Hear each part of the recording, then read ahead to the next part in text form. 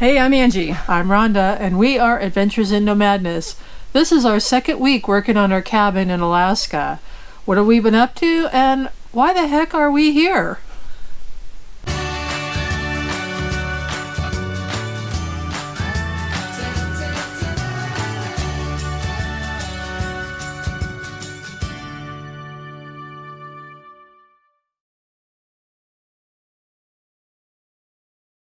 So we had a couple questions on what's our connection to Alaska and why this town? Why do we have a cabin here? And here's my Talkeetna background. I moved here when I was 16 years old, but way back in 1984. My dad got a job flying helicopters up here, and I was living in, my parents were divorced, so I was living in Seattle with my mom. And originally, I was going to come up here for the summer and just see if I liked it and maybe stay, but I actually fell in love with Alaska before I even set foot here.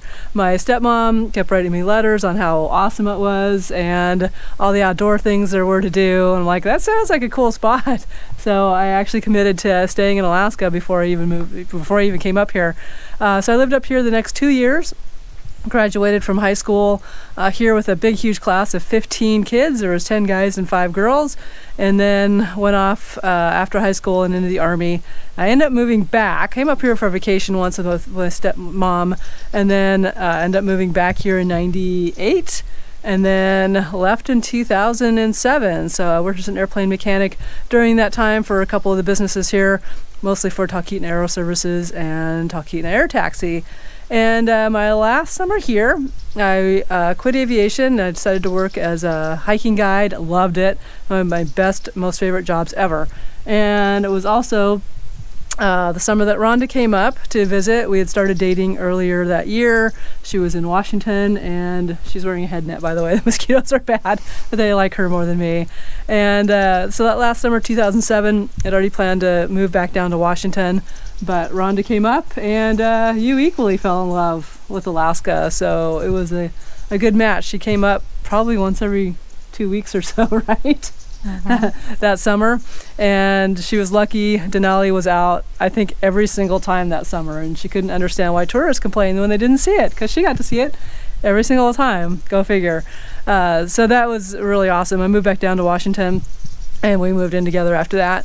And then a couple years later, I'm like, God, I sure miss Talkeetna. And Ronna's like, yeah, I do too. Sure be nice to have a piece of property up there, right? So I started looking, and we found this 1 acre lot that we're on right now.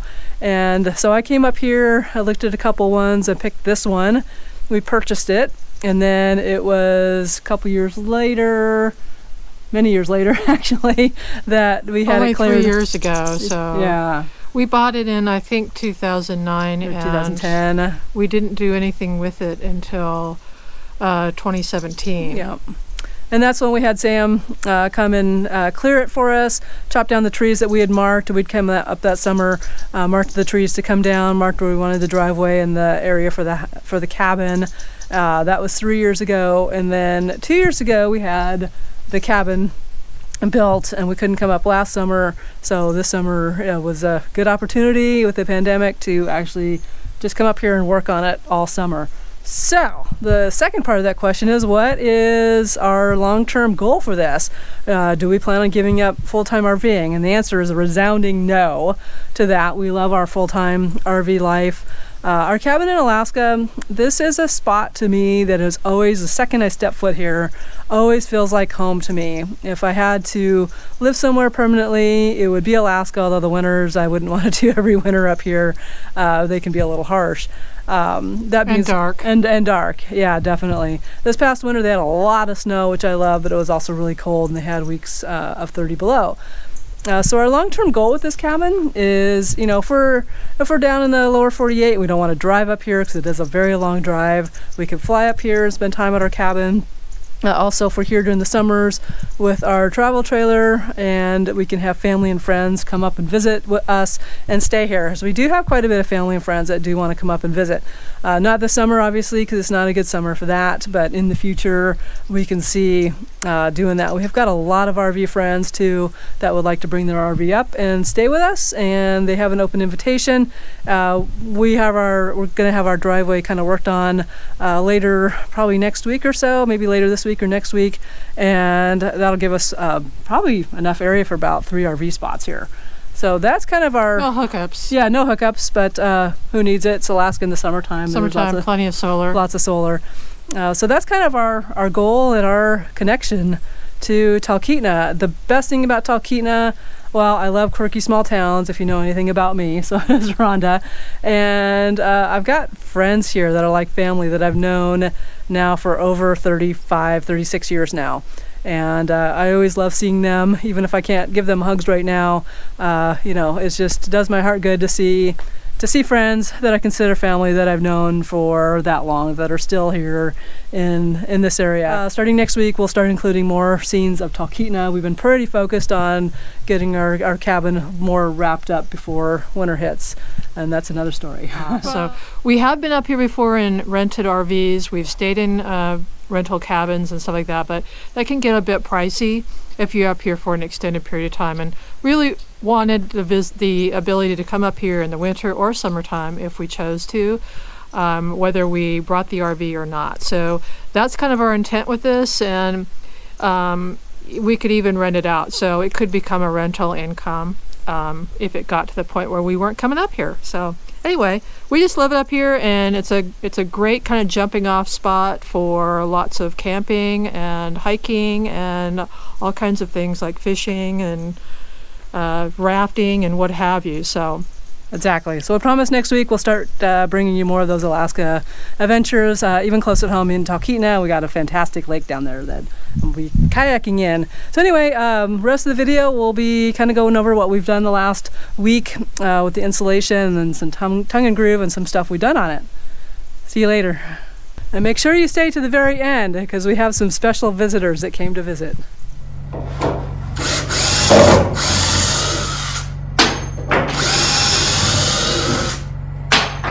Hey, we're gonna take down these stairs and actually make them a little bit narrower. It just feels a little too beefy for the space and overtakes it, so we're gonna modify it a little bit. And then we are going to add more to the loft up here because there's so much wasted space. And I think we're gonna actually turn these stairs around too and add a landing. So that way when you come into the cabin, you're not looking at the back side of the stairs, you're gonna look at the front side of the stairs. We think it'll make better use of the space. So nothing that's the builder's fault. He built this the way we said, that we just weren't here to come in and kind of, see how it flowed for us, and we're just realizing it's not flowing the way we would like it to flow. So we're gonna flow it better. what you doing? Trying not to kill ourselves. So that we know this thing's gonna weigh a ton.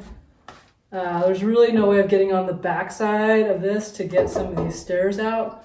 So we're gonna walk it down, get some 2x4s and make stands for these, and then try and lower it down easily. We'll see.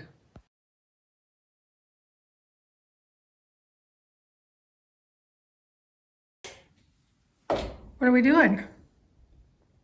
Putting a floor in. What are you doing? So this is the extension that we decided to put in, and we're going from steps to a ladder, right? Yeah, because they were too beefy and bulky for the space. We're gonna go with something, not this ladder, but we're gonna build a kind of a step ladder kind of thing all the way up. And then we extended this about 5.5 feet over, big enough for a double-sized bed at that end if we decide to do that. And now we're going to cut down the subfloor for up here and just kind of build it as we go out.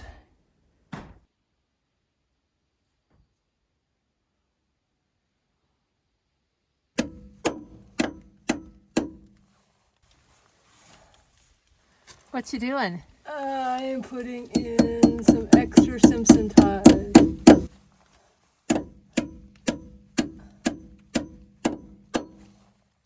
I don't know what's holding the floor to the support beams. Doesn't look like anything. Yeah. So I couldn't see anything. we're not seeing anything, so we've got all the way around the bottom on a really rainy day, but it's not too bad. I only crushed 2 fingers. How many did you crush? Oh, just my thumb so far. Okay. What are we working on, little beekeeper girl? Or is that your mosquito net? I do, because the mosquitoes, now that it stopped raining, of course, they're out in droves again. And we're going to be working underneath our cabin, putting in insulation today. So that's a big step that we've been working towards, but unfortunately there's a whole bunch of little tweaks and things that we've had to do first. So yeah, this is the batting, and then we've got some harder stuff that we're going to put on it, and then plastic. So 3 things we're going to be putting on today, and our goal is to have it completely done. Woohoo!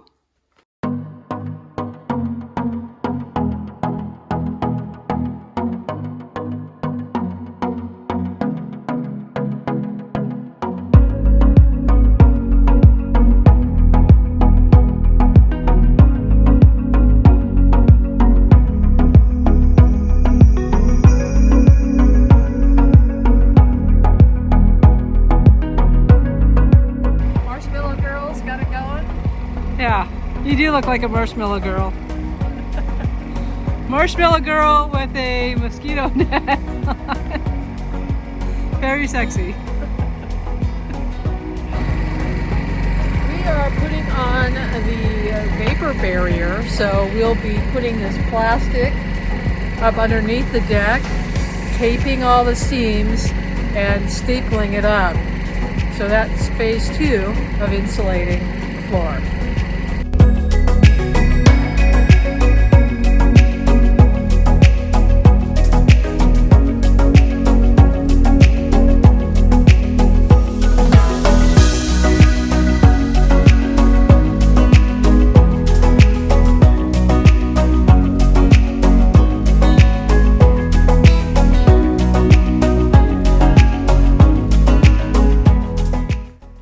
Hello from under my bug net. Mosquitoes are really, really bad, especially under the cabin. So we've got the insulation in and the vapor barrier. We're going to add an extra layer of this insulfoam kind of stuff.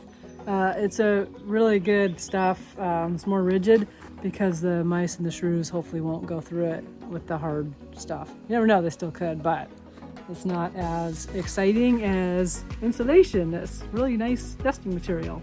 So we'll put this in really tight in there, and then they really won't have a reason to go in. We hope. I'm installing bolts today through the pier supports. There are 6x6 supports here, and then the builder didn't put those in, so we're putting those in now. And we're lucky the whole building didn't come off during the last big earthquake that was. I don't remember when that was, but anyway, the cabin survived the earthquake even though those weren't in. And then I'm finishing off the insul foam underneath too. So 2 projects today. I'm almost close to being done. Yay. What size drill bit did you have to use? A 1/2 inch.